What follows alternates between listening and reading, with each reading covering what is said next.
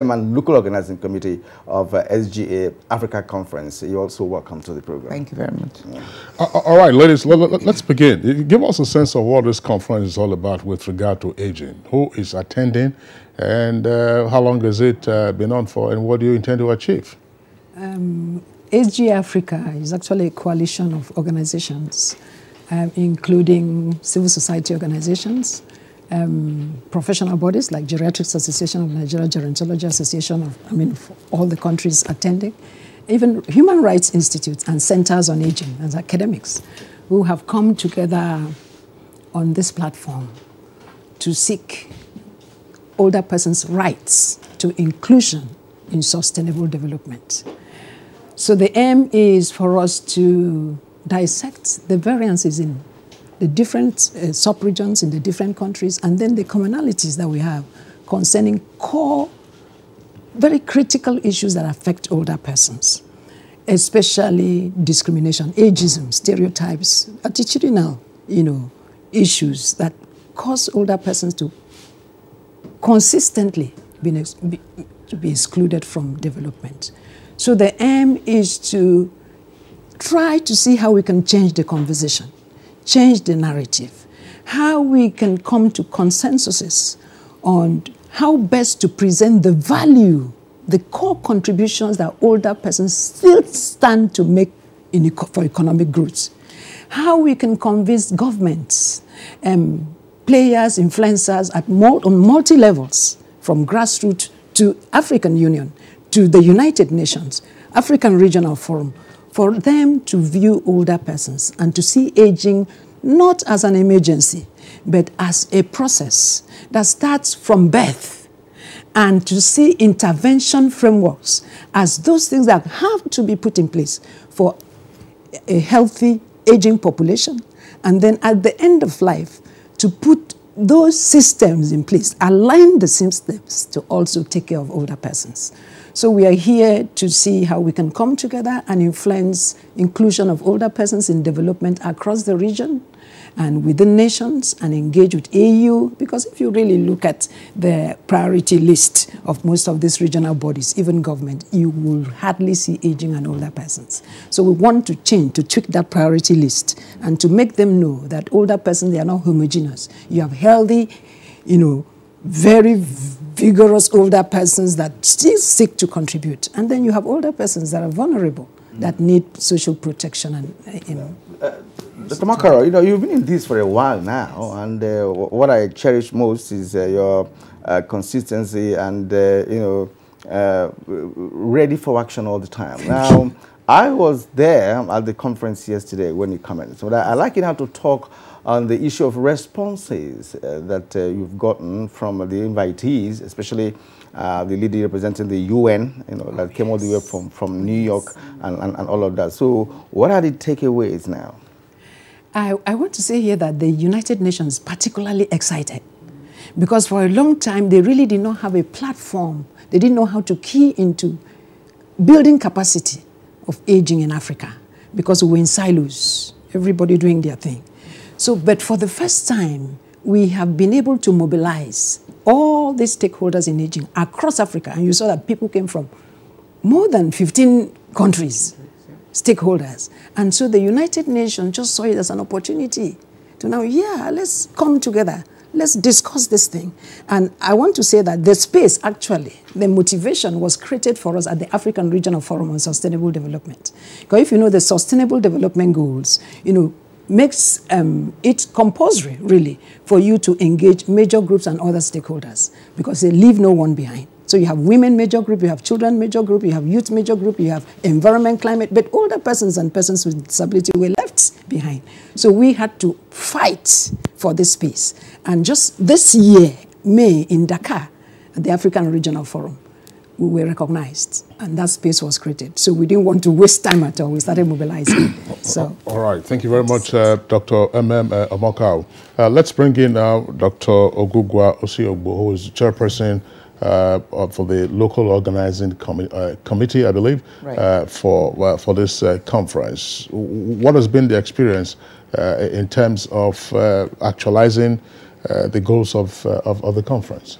Right. It's been a long road, but let me start by saying the excitement that our international partners have actually shown from the get-go was a good catalyst, if you want to call it that, to help us in the planning, and eventually we're here today.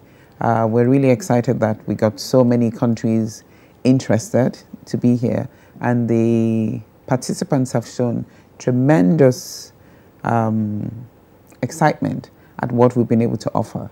And that really encourages us that this was something worthwhile to have done.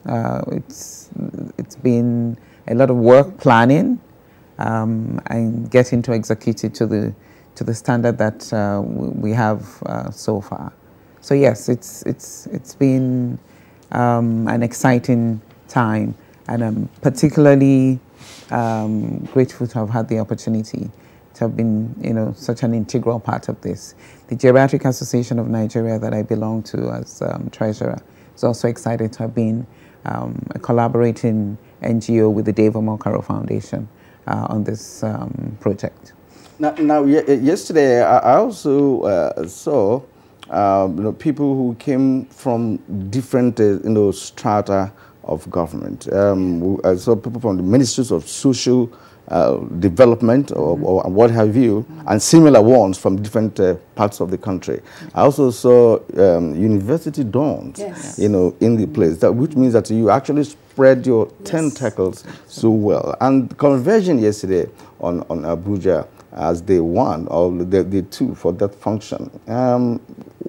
What are the narratives coming from these different people from different, strata of national life? What are the constraints they presented? Because during the plenary, I'm sure some vital issues were raised at different plenaries and what have you. So let us share in what came up. Right, that's very interesting. So a lot of those ministries and departments and agencies are realizing that they have such huge roles to play in the field of aging. Aging is multi-sectorial. It cuts across housing, environment, labor, finance.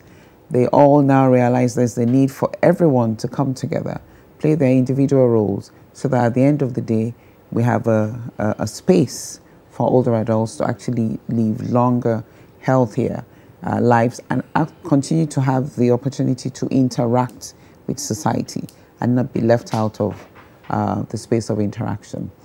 Some of the plenaries that we held yesterday, we looked at the cultural and socio-economical determinants of health and how those affect policy making and programs.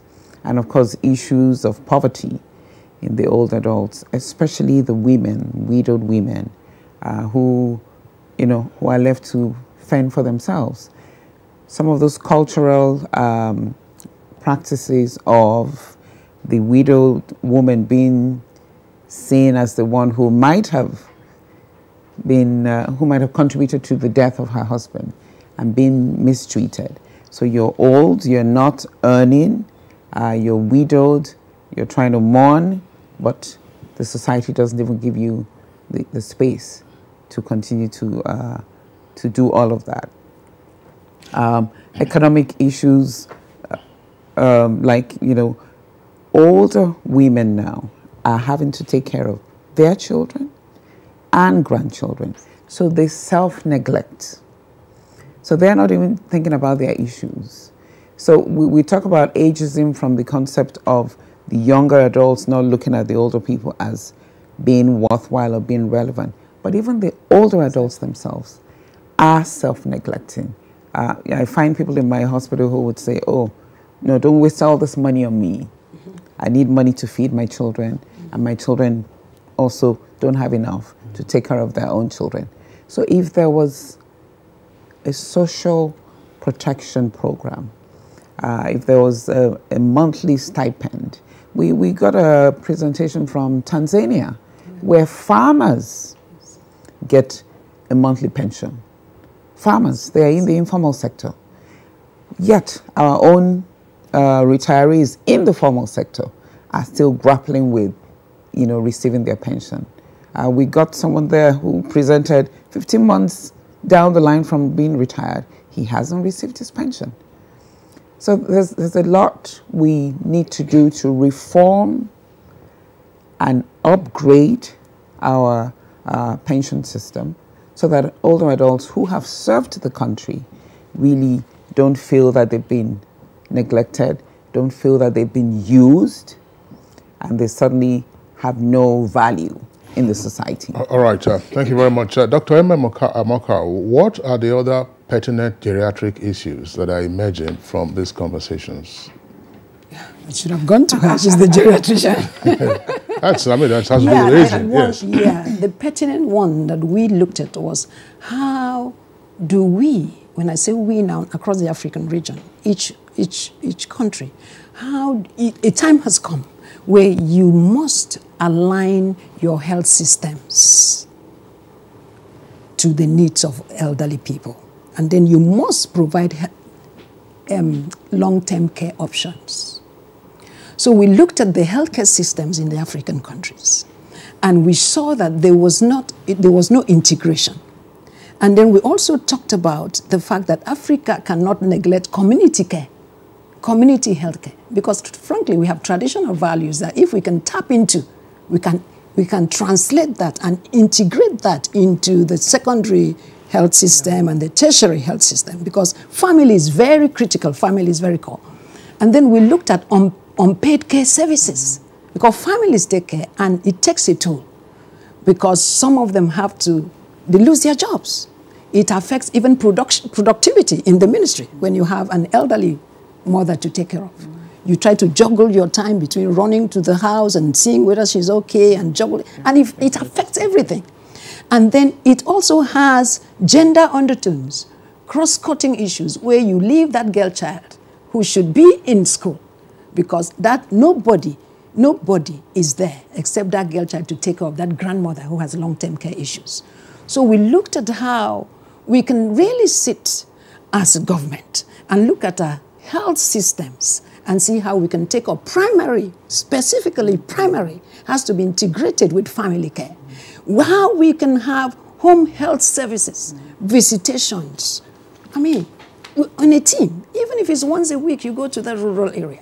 We really, really have to modify our primary healthcare systems to recognize that there are older persons in the community and that there are caretakers in that community that can be trained to be part of that healthcare system. I'm wondering, are these generalized problems, or specific countries could have their own peculiarities? Yes, as a matter of fact, there are some countries that have gone ahead of others. Yes. In fact, we're surprised to learn. If you talk about Mauritius, they are way gone. Yeah. They're like developed countries. They are way gone, and 15% of the population in Mauritius are older persons, but they are a small population. You talk about Senegal. They are already integrated. Right. You know, community healthcare services, family unpaid services in their primary healthcare. So we have a lot to learn.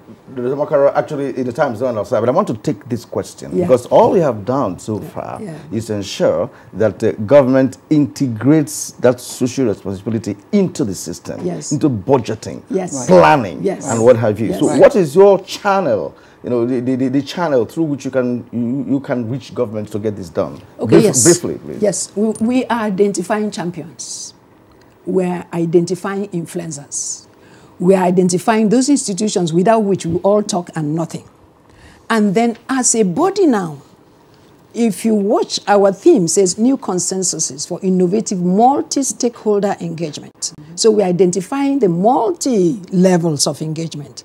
And as a body, now, by the time we are done, we are going to have a declarative statement, which are to do things. And one of the major to-do things is to identify where the money is. And then we want to take the Sustainable Development Goal, the goals, and that theme that says leave no one behind, and go from goal 1 to that goal 17, and get the ministries involved. And really, really, it's negotiation.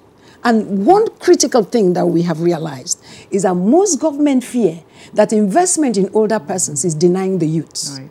So we are looking at coming with a model, a framework that will integrate policies towards the youth, the elderly, and the children. All so right. that nobody takes and you think All it's, right. so it's a Well, win-win These are situation. pertinent issues that you have raised. If Nigeria's population is now 198 million, Yes. and with increase in life expectancy, you will expect to deal with an aging population Yes. years ahead. So how do you plan for those persons? Yes, exactly. Well, unfortunately, we don't have enough time to drill further into the issues that have come up. I'd like to thank Dr. Ogugwa Osiogbu, Head of Geriatric Unit at the National Hospital here in Abuja, and Chair of the Local Organizing Committee of the Conference on Aging, taking place also in Abuja. Thanks a lot for being with us on the program this morning. Thank you so much. Appreciation also to Dr. Amokao, who is the convener and chair SGA Africa First Annual Regional Conference on Aging. And she's also executive director of Dave Amokao Foundation. Thanks a lot for being with us. Thank you so much for having us. That's Thank Good you Morning so much. Nigeria. We'll take a short break now. When we return, we'll be dealing with minimum wage issues and matters arising. These days, people get their news and information from more media sources than ever before.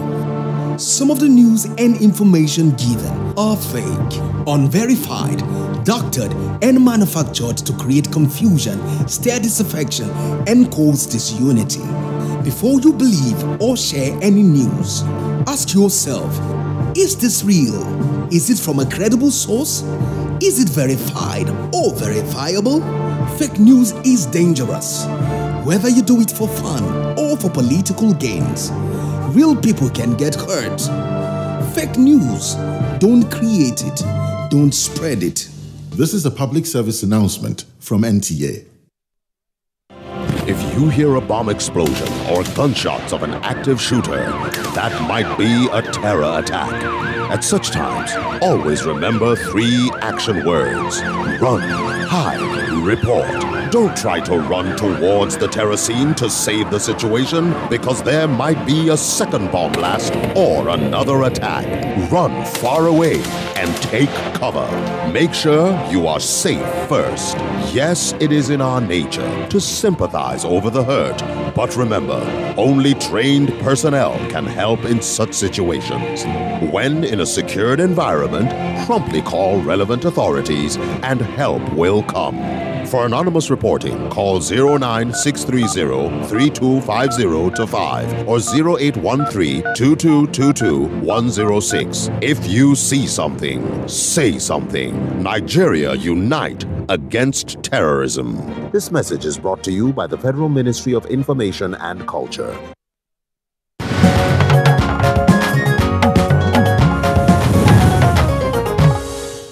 And to kickstart our discussion on the minimum wage, let's take this report by Adamu Sambo.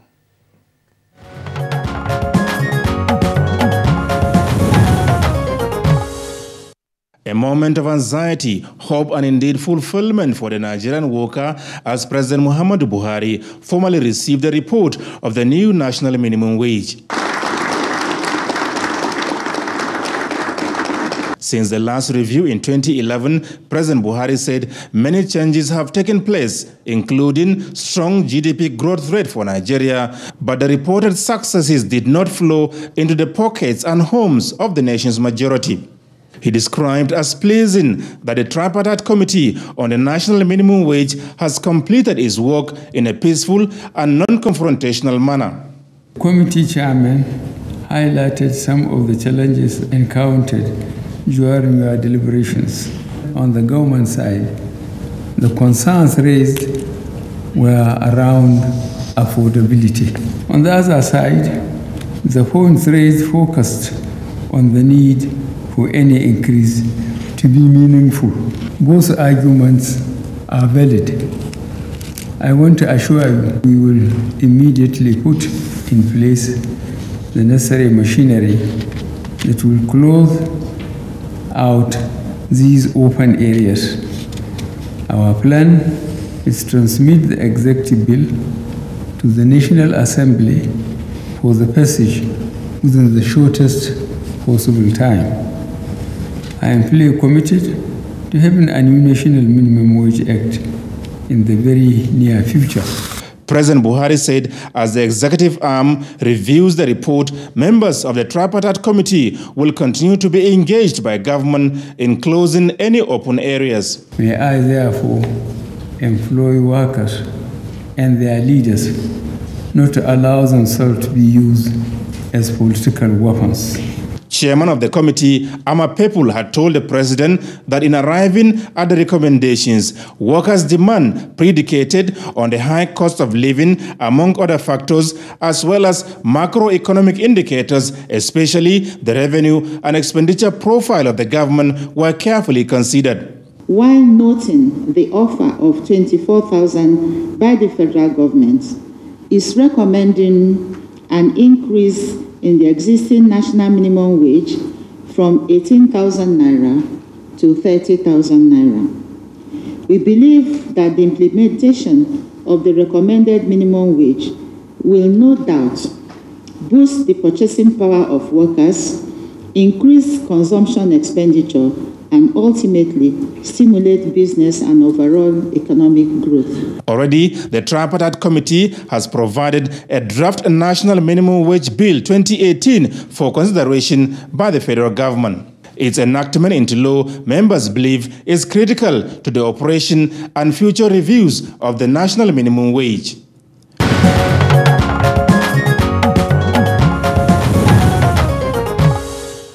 Thank you very much, Adamu Sambo, our State House correspondent, for that background report, of course, which now sets the state for a conversation we're having with us in the studios.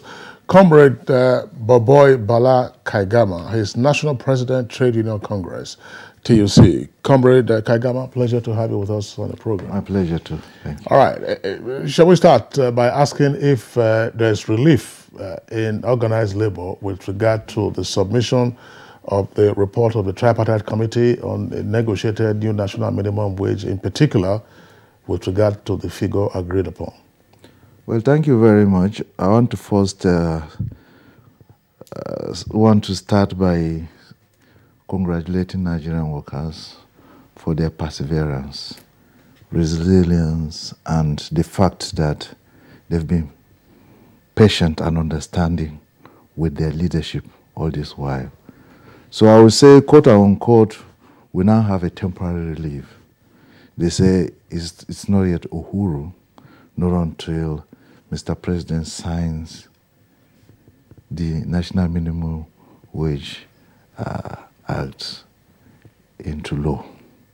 That is when we say, yes, it's time for celebration. But for now, we say there's still lots to be done. Well, a lot to be done, if I understand you. Has to do with the process that has to be followed before it germinates. Is that what you mean? Yeah. Okay. Now, since we have been informed that we are expecting to have the representative of the Minister of Labour on this program. We are expecting that perhaps in the course of this conversation, he'll be joining us. But, well, let's go back a little bit, on how it all happened. It took over a year to get to the point where we are now. How has it been for you? What was your experience in terms of negotiations after negotiations, agreements and disagreements, and what have you? Well, thank you very much. For this time, in fact, this was the shortest in terms of the lifespan of a tripartite committee. The one of 2011 took about 2 years, more than 1 year. This is precisely, do I say, yeah, exactly, not up to a year. But you see, our target was between 6 and 7 months. Despite our work plan, our roadmap for a successful processes, we had certain challenges. But by and large, we followed, if not for the tail end of the program, we followed our work plan religiously, and most of the things were done harmoniously and with some kind of understanding. Followed our scientific ways of doing things. We ensure that every stakeholder that matter was invited to say their own side of the story, say the implications of a national minimum wage, and then profile solutions by way of giving us figures as to how best we can manage the welfare of workers vis-a-vis the economy of the country. So that is with regard to sustainability. So at the end of the day, in 11 months, we were able to achieve this feat. So we say it has been rewarding. We were able to interact with governors representatives from the 6 geopolitical zones of Nigeria. We had the Osun State Governor representing the Southwest, the Rivers State Governor representing the South-South, the Plateau State Governor representing the North Central, the Gombe State Governor representing the Northeast, the Kebbi State Governor representing the Northwest, and our organized private sector employers, the federal government, and organized labor. So it was very, very rewarding, and we had a very, very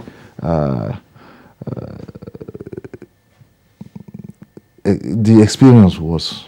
With some strikes in between. Of course, that is our tradition. I'm just wondering, why did Labour make a pitch for a new minimum wage at this time, let's say last year? And that's one leg of the question. Second leg will be, in arriving now at 30,000, down from 66,500, which was Labour's first demand, what were the metrics that were taken into consideration? Well, first and foremost, you know, at 2011, we agreed that the lifespan of that agreement will be 5 years. And 5 years was 2 years ago. So we felt, some people were even saying because we are anticipating elections, that is why we are raising issues like this. We said no, it is the timing. It's just a coincidence.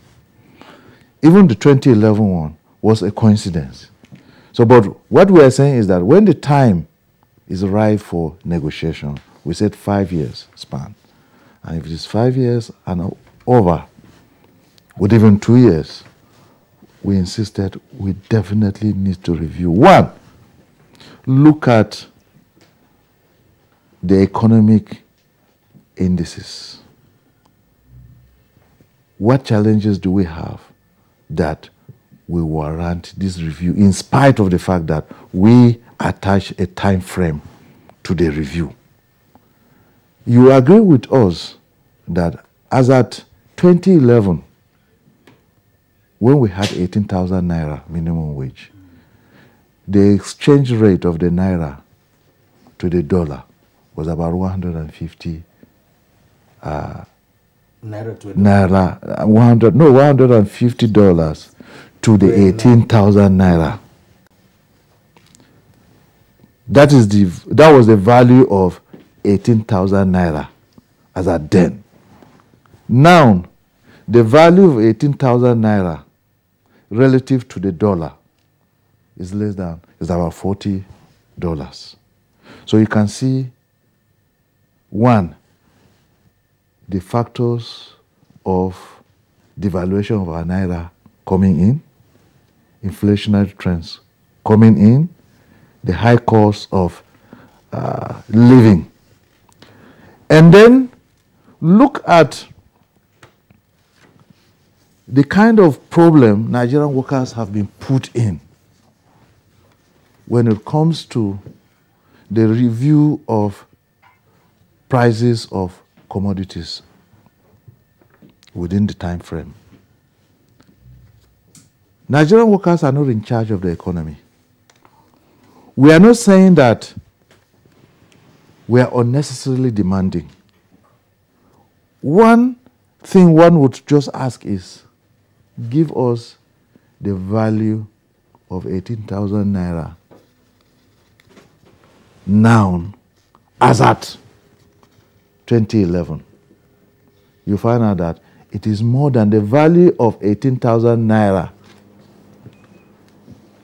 relative to the dollar. Now, if you look at the dollar, give the value of 18,000 naira as at 2011 to what we have now, is more than the 66,500 organized labor demanded. But because of give and take, considerations of ability to pay, no funds, and the fact that, yes, workers are, some say it's an infinitesimal part of the population of Nigerians or the state, forgetting that they are the wealth creators of the country or their respective states. We say, okay, give and take. State government made their own offers. Organized private sector made their offers. The federal government made their offer. Organized labor, like I said, we presented ours on the table. Everything was put in a basket. And then they use all forms of statistical indices or statistical methods to come up with about 4 scenarios. In plenary, we reduced the 4 scenarios to 2.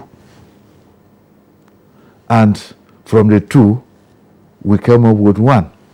And that figure was about 38,000 naira. To us, 38,000 is a far cry from 66,500. So we say, okay, let's just round it up to 40,000. Our brothers and partners in the organized private sector say no. They are the ones suffering the brunt when it comes to maintaining their industries, their private concerns. The power is not, the electricity is not improved. They are maintaining their generators. They don't want to lay off their current staff. Government taxes are so much on them. So we should understand with them that they don't want any form of strikes. They have taken enough burden from us and from government. So they advise and strongly recommended that we agree. They had submitted 25,000. We agree, reason with them, and then take 30,000 naira. It generated a lot of debate, argument. So we said, no, we plead with the plenary, give us some time. We went out, discussed among ourselves, reasoning along line. Then we came back from our recess and then reported that we have, in the best interest of the country. Now you raised one point that I'd like you to talk more on, and that's the ability to pay. Yeah. Yes, understandably, some governors said, look, whatever is agreed, we're going to pay. We also know that some of these governors also are still owing the 18,000 naira minimum wage. Are still owing, and that has lasted for a long time. It's of 2-3 years. In fact, I can, from all indications, right, there's no year in the last 5 years that governors did not owe their workers. When we're still operating 18,000 naira. Now we're moved to 30,000 naira. Well, believably, it's going to be approved after all said and done. But now, ability to pay comes in. How would Labour address this? Because when it comes, of course, it's going to be another phase of this narrative. To us, 30,000 naira is doable. Reasons being that those governors who are not able to pay the 18,000 naira, it's not that they didn't have the funds. You remember in 2011, they were only warehousing their money for politics. Used the whole money they had pumped into 2011 politics, elections, forgetting that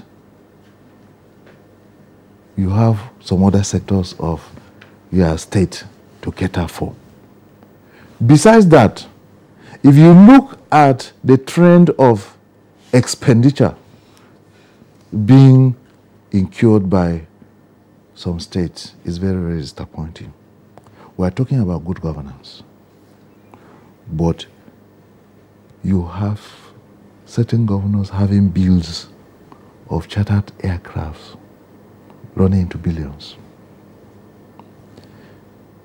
You have cases of them not bothered about their internally generated revenue. Even when they generate, it is for the boys. So, they are not bothered about, like the federal government is doing now, about the TSA, single treasury account. If truly we want accountability, we want to be trusted, we want to really show the state's citizens that we have this philosophy, principles of good governance, we should imbibe what the federal government is doing. Single treasury account, come out and fight corruption, replicate what the federal government is doing by fighting corruption at the state level headlong. But these issues are not there. So we strongly believe that as per whether they can sustain or have the ability to pay, they do have. They only don't have the political will to pay. The money is there. You can look at the interventions that the federal government has given them. The Paris Club refund, the budget support, the bailout.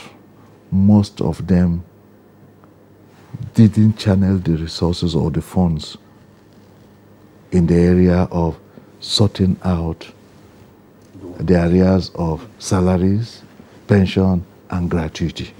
So how do we take them as serious-minded people that when they give their own reasons, we abide by? How would you respond, Comrade Kaigama, to the comments by some observers that indeed it is the issues that you have just raised now, particularly at the subnational level, that organized labor and indeed other interest groups should attack? If you're talking about lack of prudence, state governments or governors or officials hiring or chartering aircraft, that's not necessarily corruption.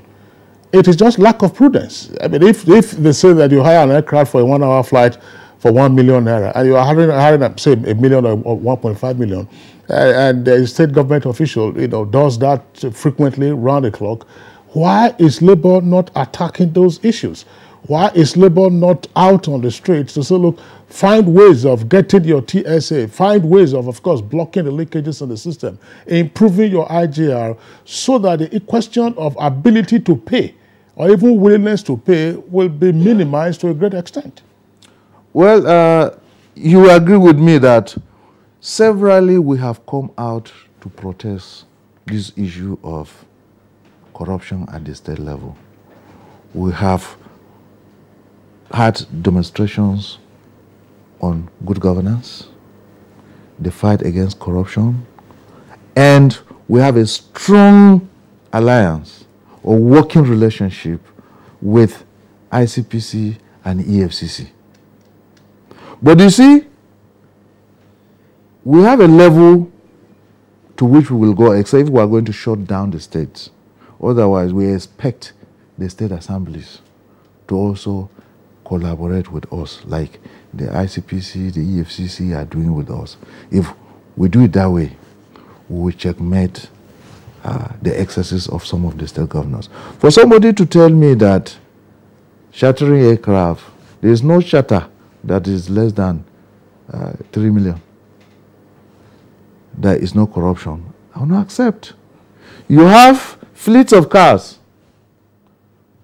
bulletproof cars, that you're using your state funds to buy, what are those cars for? Do you necessarily... Okay, what about the commercial aeroplanes? Are we not supposed to use them like any other, except for the fact that we are having in developing countries, particularly like Nigeria, do you have to go in a chartered plane where you know that we have our regular flights going on? Yeah, it's not. No, it's just a matter of classification. That's not corruption. It has to do with lack of prudence or prodigality.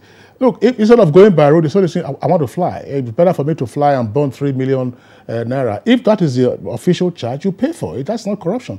But it is lack of prudence. Why are those issues not being tackled? You mentioned state houses of assembly. And we know the experience, just like local governments. State houses of assembly and local governments are in the pockets of most governors. So? Well, if you say it's not corruption, just like I don't want to cite a case of where somebody says stealing is not corruption. No. I'm not saying. But you say, don't quote me. I cannot imagine. Yes. You are not able to pay your salary, but in a week you charter aircraft 2-3 times. In spite of that, you have another avenue for corruption using the security votes. And you have another avenue for corruption, not declaring your internally generated revenue, not accounting for those things. So it's not just the issue of charter. What about the IGL? We have a situation where, okay, for instance, Edo State, and in fact even Delta, and is it Akwa Ibom, currently have their minimum wages 25,000, another one 27,000. Where did they get this money? Look, we definitely need to improve on our IGL. This country is blessed with agricultural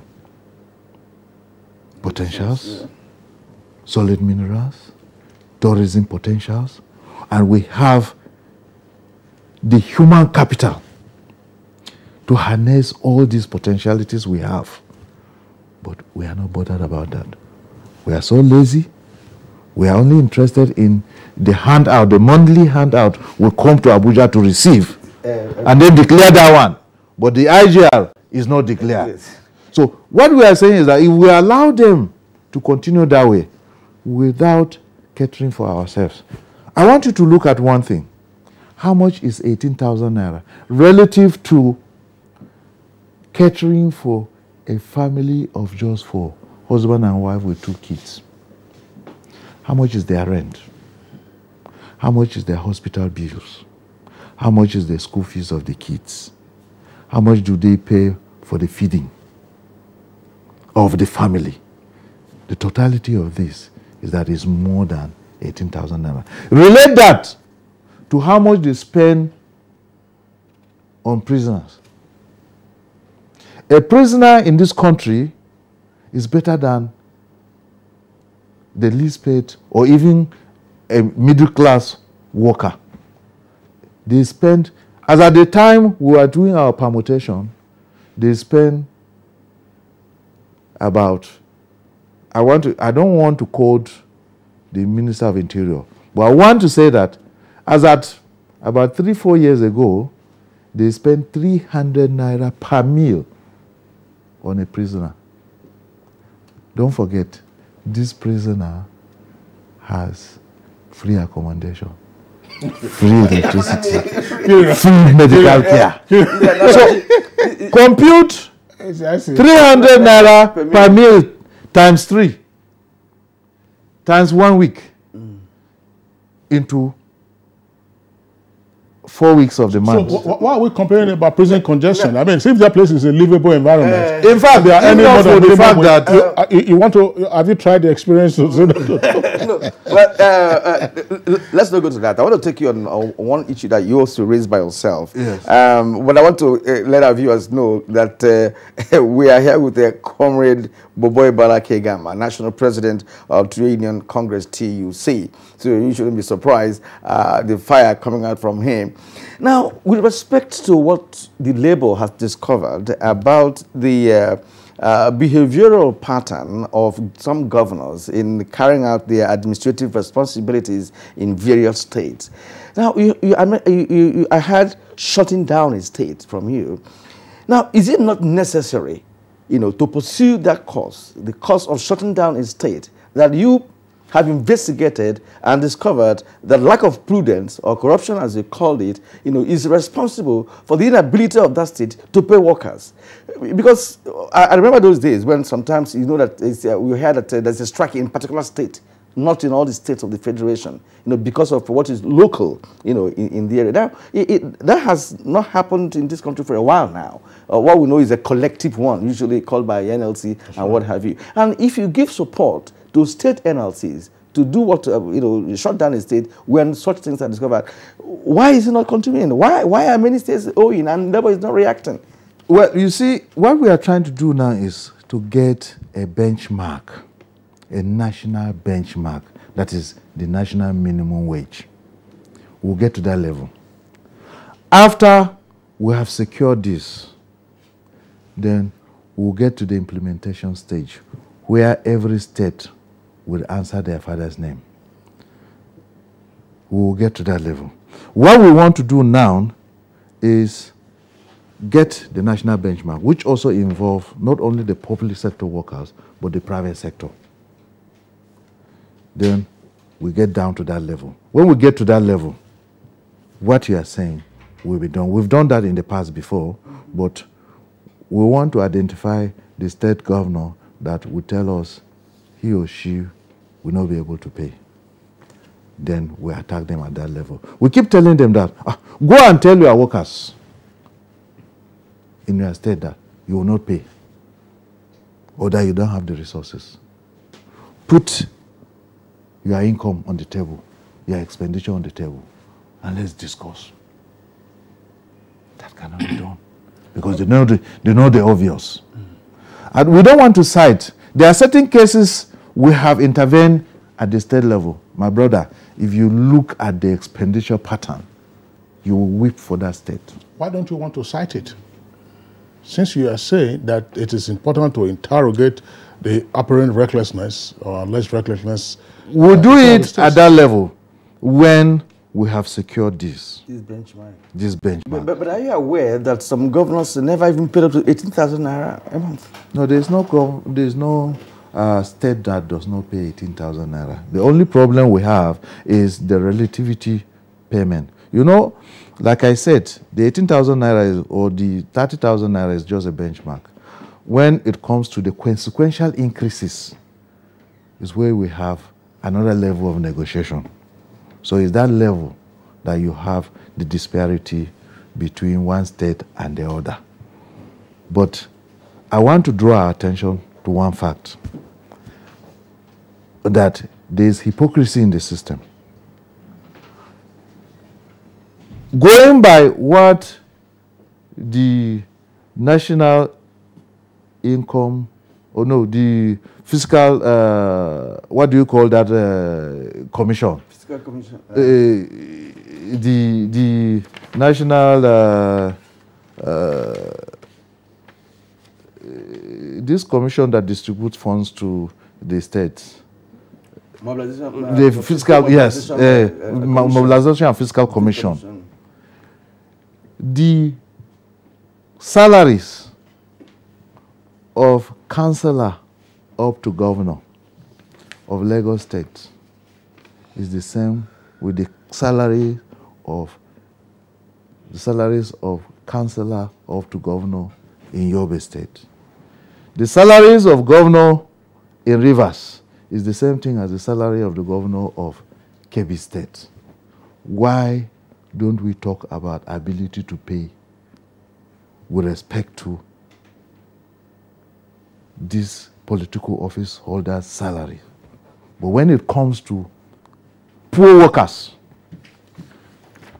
the defenseless masses, people who, like our adage says, you will slap and insist that the person you've slapped or beaten should not cry. So if truly we are in an economy, we are in a system where there is equity and justice, the salaries of the political office holders should also be predicated on the income of such states. I was going to ask you that. If there is no that disparity, we see no reason why there should be disparity when it comes to the workers' pay, because they are the ones who generate this income. They say a laborer is entitled to his wages. I'm wondering, Comrade Kaigama, there are a number of issues, still to address with regard to the minimum wage. Now, ability to pay, that's to say the implementation.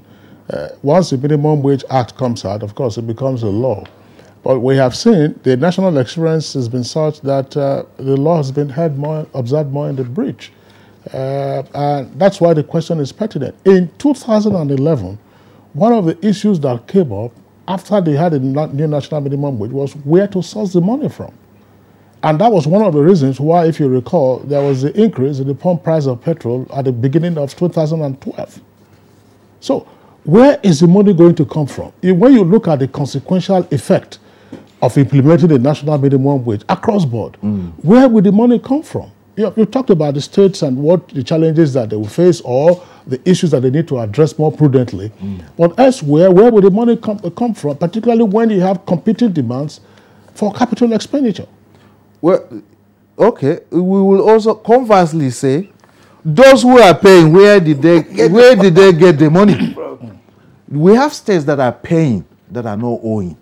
Where did they get the money? We keep saying that, look, if truly you have this prudence, declare your internally generated revenue. We are willing to assist you. Let's be open to ourselves. Because you don't have higher stakes than we do, people who are generating these funds. So let's be accountable. We know the money, the funds are there. They are only just being mismanaged. If the funds are not there and you come clean, put it on the table. See, this is what we earn. How do we go about it? We'll provide solutions to you because we are eminently qualified. We have the requisite qualification when it comes to finance, budget, engineering, agriculture, everywhere we have. So we'll give you input as to how to go about it. But in a situation where you want the budget of the state to be approved in the government house, the expenditure of the state to be done in government house, it's not going to be working that way. We, before now, know that the ministries, like we have in the federal level, at the federal level, they are given the leverages. Do it, go through the procurement processes, go through due processes, declare the income and your expenditures openly. We will relate well. Well, Comrade Kaigama, thanks a lot. I mean, you're talking about eternal vigilance. We do hope that the instrumentalities will be there, particularly also the cooperation of civil society organizations to help with this purpose. But let's clarify one point for the benefit of our viewers. When you have a new national minimum wage, as indeed we have one which is currently in existence, who is obliged to pay the minimum wage? Well, at the state level is the state government. At the federal level is the federal government. Private level, the the private sector do theirs. But what we are saying is that this is the national benchmark below which you can go.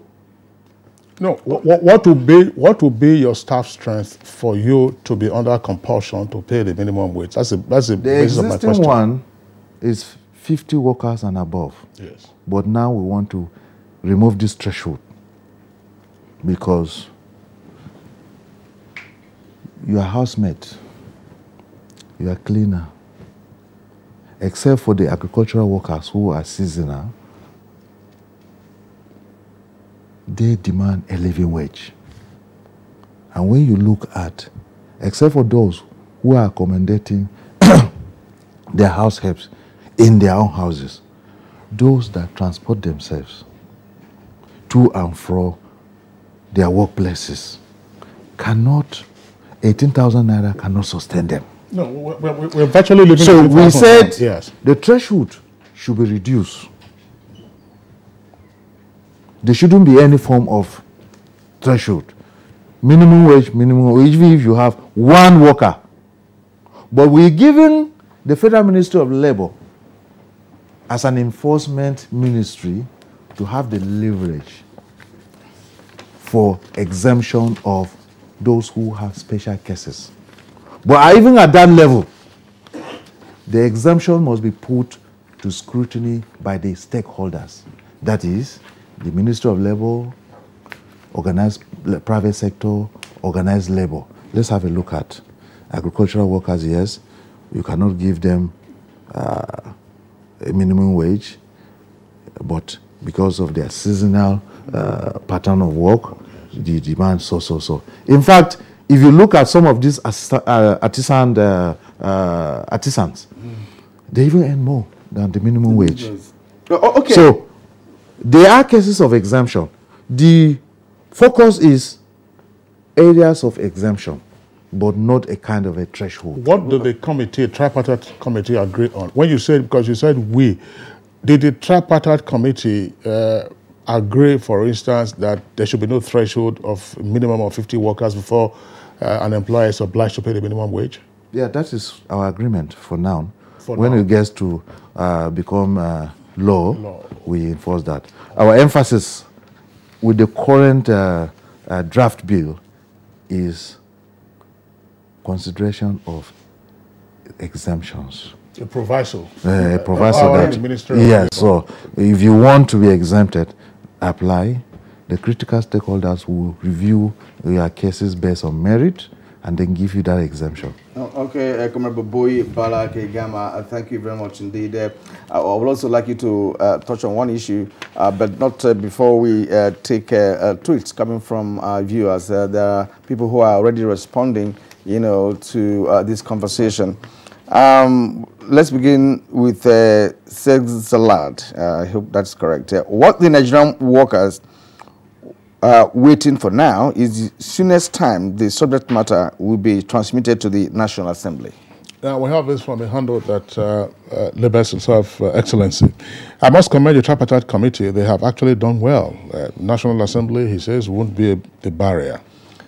Now, Abdul Musa said something which has to do with the question I had wanted to put to Boboy. He said the next step is to review salaries and allowances of all political office holders to reflect the realities on ground. The issue of security votes must also be looked into, as it is unacceptable to allow that charade of to continue. Now is the time for a total cleansing. All right, Sunday Michael Amakoji, it says that President Muhammadu Buhari has endorsed, has received the agreement of the tripartite committee on the new minimum wage of 30,000. It isn't yet uhuru for Nigerian workers, as it is still subject to parliamentary processes and then the president's final accent. This takes a lot of lobbying and time. Now, from Dele Jack Solomon, we commend the President President Muhammadu Buhari's led administration for endorsing the 30,000 naira national minimum wage proposal.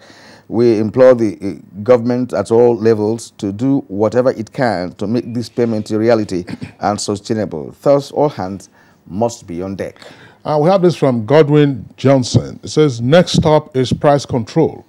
I still hold that our constitution is bedeviling this country and there's a need to review it, expunge certain provisions and review others, while also bringing in new ones that would work with new developments. Now, Chris Simeon sounded differently here. He said NLC is selfish. It did not think about the poor man on the streets who struggled to have ends meet. When inflation kickstarts, people with low income will feel the pain. Ahmed Ibrahim Idris, so far the proposed minimum wage is under-realistic, according to this tweet, because implementation without delay or obstacles is what will make it to be realistic. And tactically, the government is not compromising for now. Workers are glad to see such progress. All right, Suleiman, yeah. Organized labor is also not helping issues by not being initiative enough. What do they use their checkup dues for? Apart from asking for minimum wage, what else do they do for workers? And before we touch it, because there are three issues here now. Yes. The last one that I just read now. Yes. What do you do with the checkup dues? Well, Kirian, I think we might be pressed for time. I mean, checkup dues, that's usually a problematic issue for labor unions. But there's a pertinent question there with regard to inflation. If you recall, we have asked our guests on this program, other than the labor leaders, whom we have not had the opportunity of having until now, to discuss this issue. Our national experience is such that whenever there is, say, an increase in the pump price of petrol or a new national minimum wage, every other person comes with his own knife. The transporter will come, the landlord will come, the market woman will come, so on and so forth. And before you know it, the worker who has a new minimum wage is back to square one. And to add to that question, yes, the issue of reviewing the salaries and allowances of political office holders, which of course Kenya did when Kenyatta came to power. Well, first and foremost, I want to thank our viewers and for their responses. You see, the issue of our checkup, we use it to also administer our unions, just like the income the states and the federal government have. And we account to our members. And annually, we must render our returns to the registrar of trade unions. If you don't do that for 3 consecutive years, you are deregistered. That is not our responsibility. So what we are saying is that annually we render our returns. On the issue of inflation, you agree with me that inflation is not the fault of the worker. It's a creation of the state, how you manage your economy. For instance, in about last 2 years, when the pump price was increased, about 1.5 years ago, when the pump price was 97, it got increased to 145, our current rate.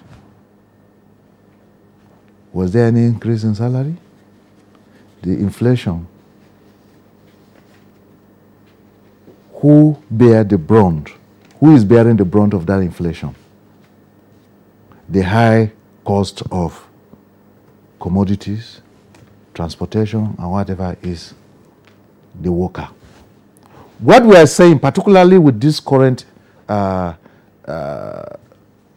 draft bill we've presented to government, is that instead of making every negotiations even public every year based on our inflationary trends, quietly just increase the percentage, increase the salary of workers with certain percentage relative to without going public.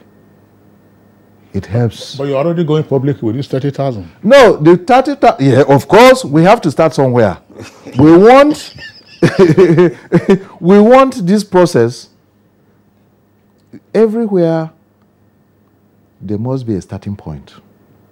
If possible, we want this to be the last. Now, time is not on our side. What about the issue of reviewing the salaries of political office holders, which is definitely on the high side? Well, like I said, the Revenue Mobilization and Fiscal Commission is in charge of political office holders' salaries.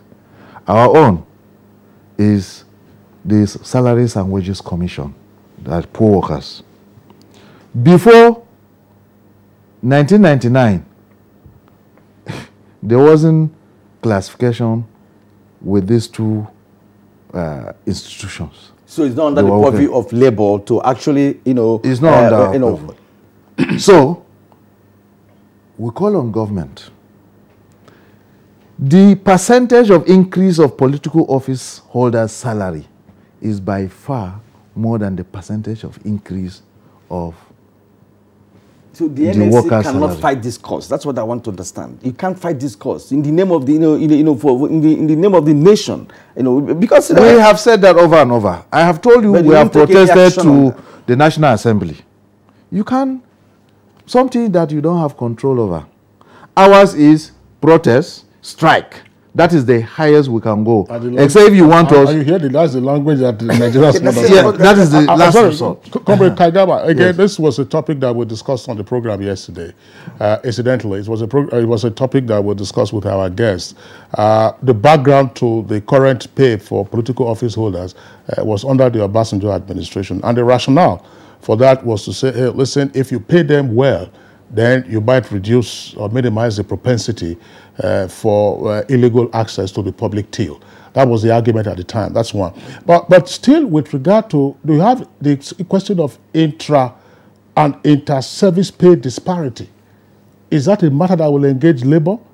Because you find those who are in the line ministries earn far less than those who are in the super agencies. Yeah. So when you're talking about this disparity, in fact, they are even more in number than those who are political office holders. The mistake the Obasanjo administration made was, okay, it couldn't place a cap on the number of political office holders to engage.